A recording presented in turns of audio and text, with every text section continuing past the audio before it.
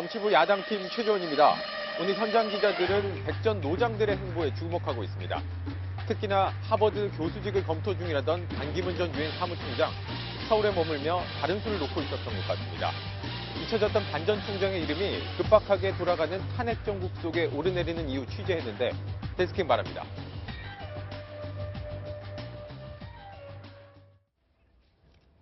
반기문, 김종인 두 백전 노장의 움직임은 제가 꼼꼼하게 짚어드리겠습니다.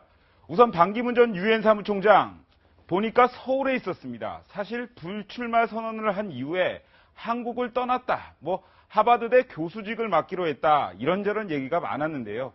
오늘 외교안보 강연으로서 대외 활동을 재개한다는 소식을 듣고 제가 아침에 집으로 직접 찾아가 봤습니다.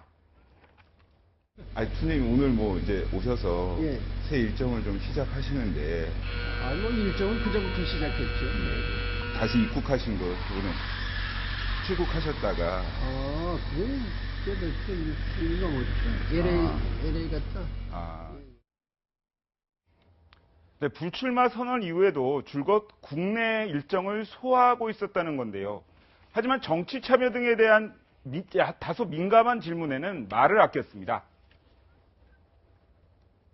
제가 모시겠습니다. 인터뷰를 안 하고. 죄송합니다. 그러면은 이제 외부 일정에 대해서 어떻게?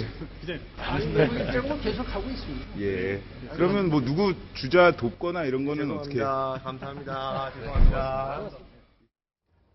네, 반기문 전 사무총장 한국에 있었던 거 저도 잘 몰랐었는데 좋은 취재하셨네요. 근데 최 기자 아침부터 열심히 취재했다고 생색내는 저 화면 다 봐온 것 같아요.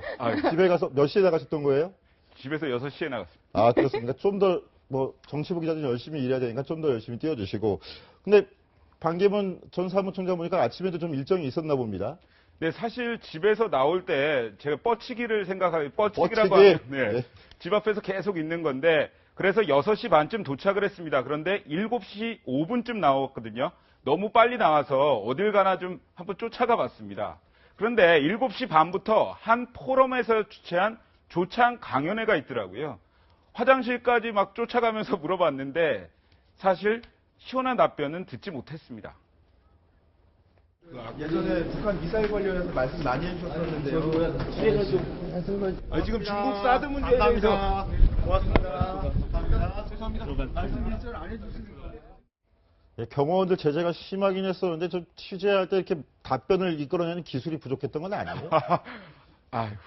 참 가보시면 알겠습니다. 사실 이 일정 비공개였습니다. 근데 재미있는 부분이 하나 있습니다.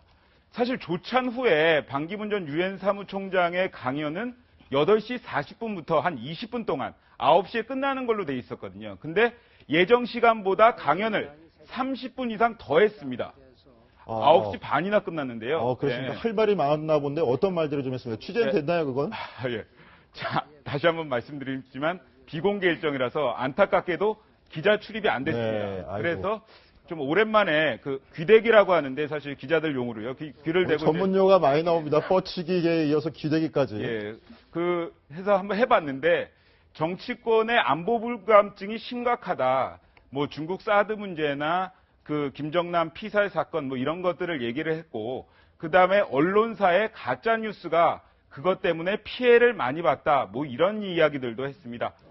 사실 정치 얘기는 안 한다고 처음부터 얘기를 하고 시작했는데요. 하지만 정치권에 대한 서운한 감정을 안 드러낼 수는 없었을 것 같습니다. 자, 정치권에 대한 서운함이라 이 기자가 보시기는 어떤 게 있을까요? 네, 반기문 전 사무총장이 이제 불출마 선언을 하고 나서 캠프 참모들이랑 만나서 했던 얘기들이 상당히 회자가 됐었죠.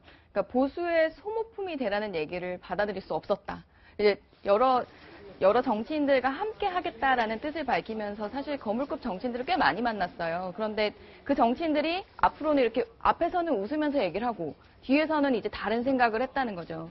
그리고 정치인들이 자꾸 사람을 편을 가르고 이렇게 사람을 가르려고만 하더라라고 하는 이제 정치에 처음 발을 들인 반 전 총장이 이제 상당히 솔직하게 밝힌 건데요.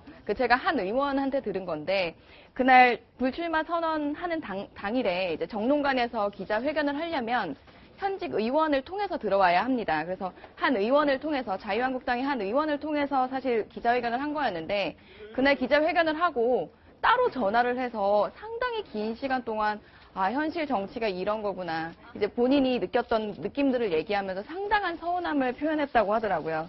이제 정치인들이 만나서는 약간 앞의 모습이랑 뒤의 모습이 달랐다는 걸 좀 상당히 강하게 느낀 것 같았습니다. 네, 그렇군요. 반기문 전 사무총장 앞으로 어떤 행보를 보일지가 더 주목이 되는 부분인데 행보 어떻게 예측합니까? 최 기자가 보시기엔.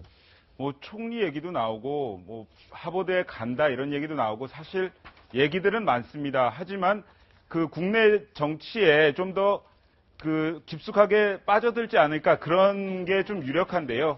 한번 지켜봐야 될 것 같습니다, 우선. 예, 최 기자가 일단 그 잘 발굴하셨으니까 끝까지 잘 추적해 주시고요. 네. 오늘 그 정치권에는 다른 한 분이 더 노익장을 발휘하셨습니다.